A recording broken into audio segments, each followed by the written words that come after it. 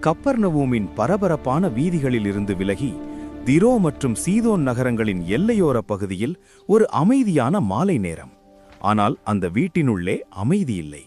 ஒரு சிறுமி தரையில் விழுந்து புரண்டு அறியாத மொழிகளில் கத்திக் கொண்டிருந்தாள். அவளை பிடித்திருந்த பொல்லாத ஆவி அவளை வதைத்துக் கொண்டிருந்தது.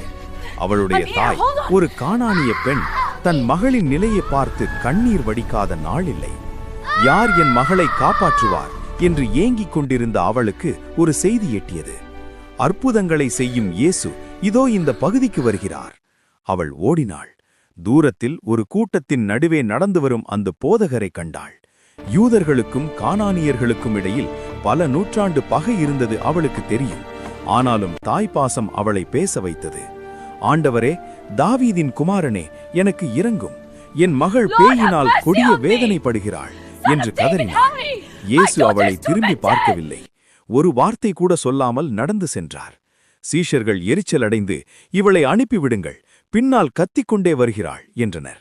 இயேசு அவளை நோக்கி, காணாமல் போன ஆடுகளாகிய இஸ்ரவேல் வீட்டாரிடத்திற்கே நான் அனுப்பப்பட்டேன் என்றார். இது அவளுக்கு கதவு அடைக்கப்பட்டது போல இருந்தது. அவள் ஒரு யூதர் இல்லையே. ஆனால் அவள் விடவில்லை. அவர் பாதங்களில் விழுந்து பணிந்து, ஆண்டவரே, எனக்கு உதவி செய்யும் என்றாள். அப்போது இயேசு சொன்ன வார்த்தை ஒரு பேரிடியாக இருந்தது. பிள்ளைகளின் அப்பத்தை எடுத்து நாய்க்குட்டிகளுக்கு போடுவது நன்றல்ல. அந்த காலத்தில் யூதர்கள் மற்றவர்களை அப்படி அழைப்பது வழக்கம். இது அவளது விசுவாசத்தை சோதிக்கும் இறுதி தருணம். அவள் கோபப்படவில்லை. நான் ஏன் நாயாக வேண்டும் என்று வாதிடவில்லை. மாறாக மிகுந்த தாழ்மையுடன் சொன்னாள், மெய்தான் ஆண்டவரே, ஆனாலும் நாய்க்குட்டிகள் தங்கள் எஜமான்களின் மேஜையிலிருந்து விழும் துணிக்கைகளை தின்னுமே.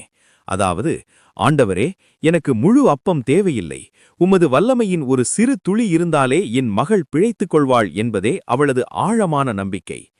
இயேசுவின் முகத்தில் ஒரு புன்னகை அரும்பியது. இதுவரை அவர் கண்டிராத ஒரு பெரிய விசுவாசத்தை அந்த பெண்ணிடம் கண்டார்.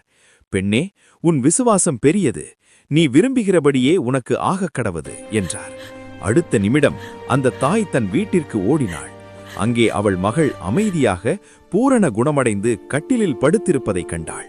ஒரு தாயின் விடாமுயற்சியும் தடையை தாண்டிய விசுவாசமும் ஒரு பெரும் அற்புதத்தை செய்திருந்தது.